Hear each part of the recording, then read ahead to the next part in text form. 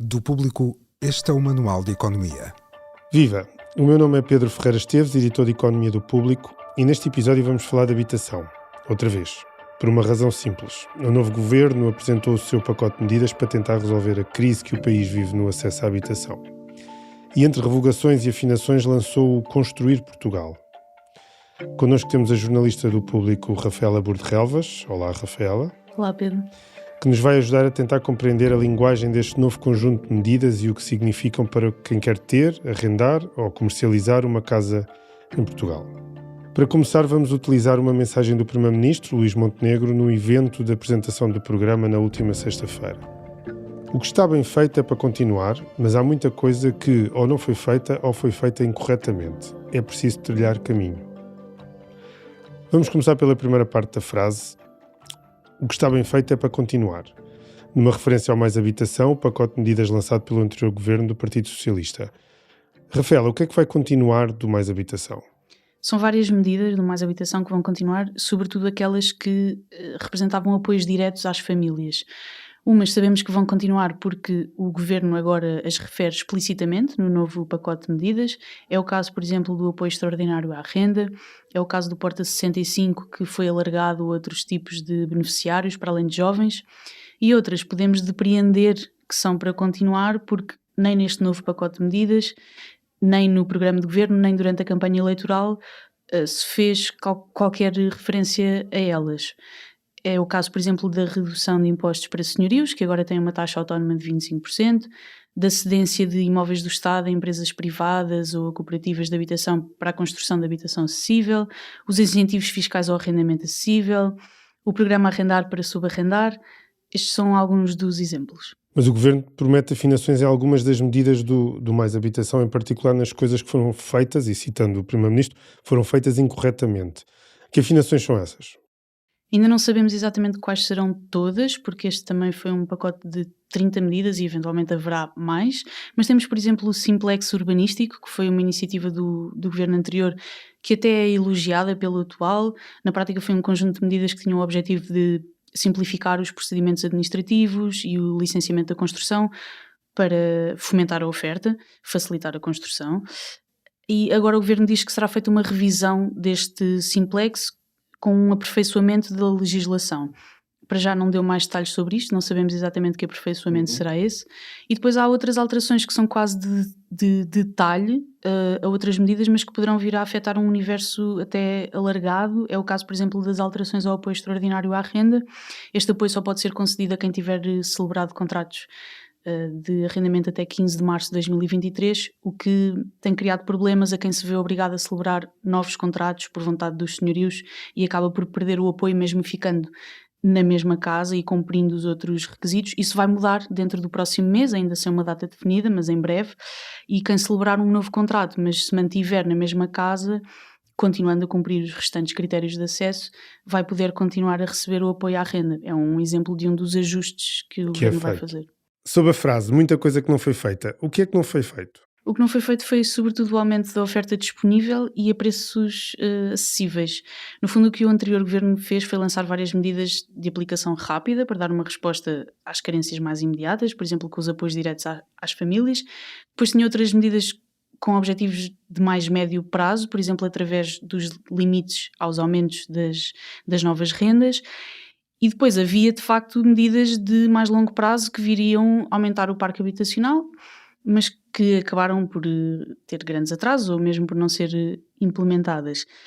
E é sobretudo isso que não se viu e que está agora a ser apontado por este governo. Olhando só para o parque habitacional público, por exemplo, ele continua a representar só 2% do parque habitacional total, e essa é uma proporção que se mantém há vários anos sem qualquer alteração, apesar de também já há vários anos o objetivo ser aumentar para 5%.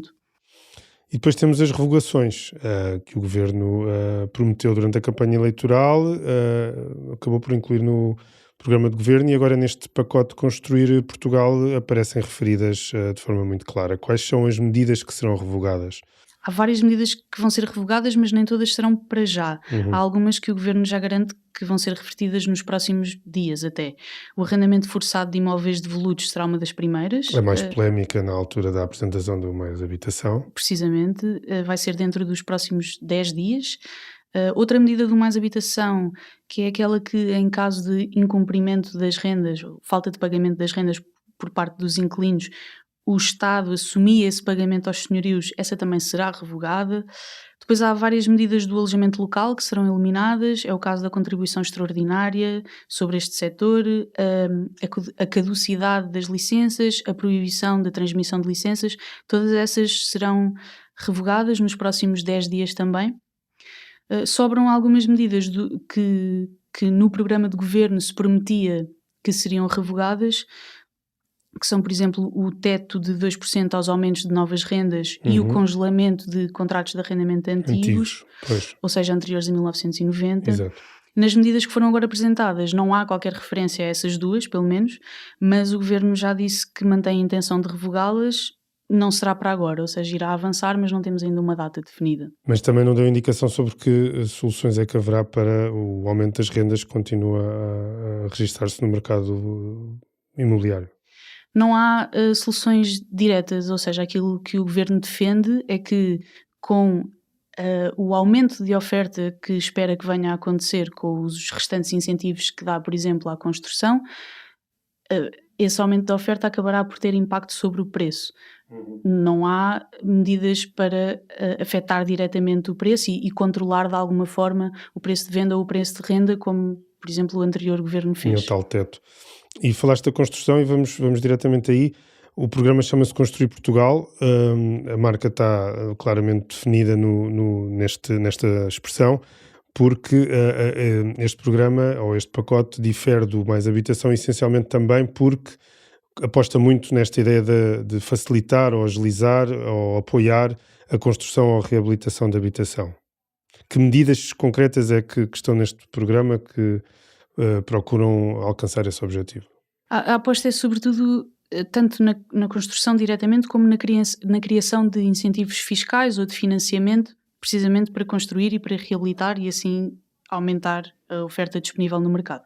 Uma das primeiras medidas que o Governo promete lançar já nos próximos 90 dias é uma parceria público-privada para a construção de imóveis públicos destinados a arrendamento a custos acessíveis, mas para lá da habitação pública o foco será muito nos privados, nos operadores privados. Vão ser lançadas linhas de crédito destinadas a incentivar a promoção de construção para a habitação, e especificamente destinada a arrendamento. Vão ser simplificados processos, eliminados alguns passos burocráticos, mais uma vez os tais ajustes ao Simplex que o Governo pretende fazer.